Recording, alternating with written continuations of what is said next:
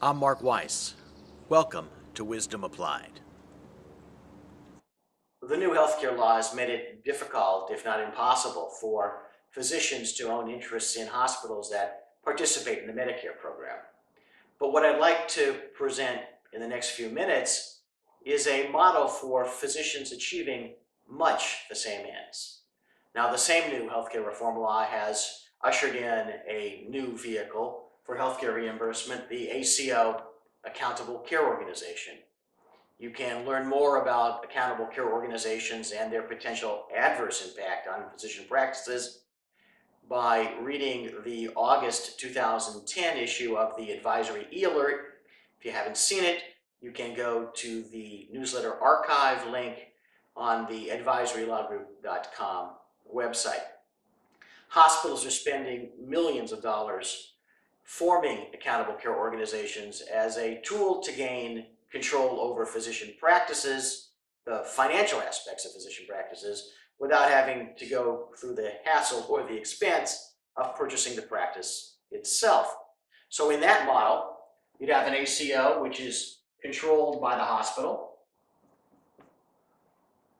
and the hospital and physician providers would be participants in the ACO, but via control, the hospital has tremendous input over how money from Medicare and potentially in the government's view, other payer dollars are coming into the ACO are then sprinkled down to the various participants.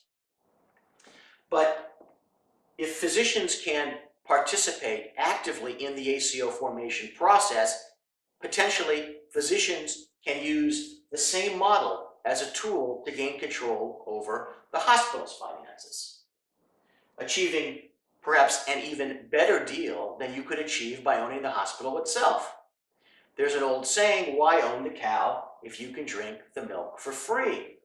So that if the physicians can exercise enough control to be able to influence the determination as to how money is being sprinkled from the ACO down to the various participants, physicians, in essence, gain control over the hospital's share of reimbursement, as opposed to hospitals using the ACO as a tool for them to get control over how your income is determined. Why own the hospital if you can control its finances but don't have any liability for its downside?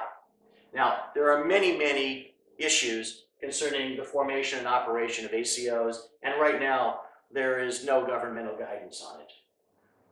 Certainly, many hospitals are formed as charitable entities, and there are numerous issues concerning the operation of charities, federal and state income tax laws concerning nonprofits and financial relationships with for-profit entities. There are certainly state and federal laws concerning anti-kickback and self-referral, just to name a few.